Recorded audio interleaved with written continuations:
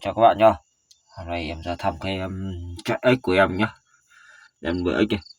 Mà Duyên có đây, có một đoạn hình như có mấy con ếch chết này. Ổ ếch của nó đây. Lớn từng này rồi mà.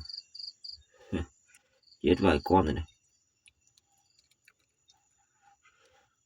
Ổ ếch của em chết ván hết rồi.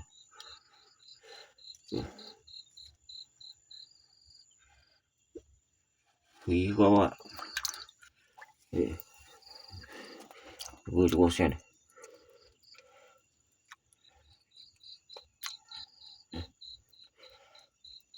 Chết luôn rồi này.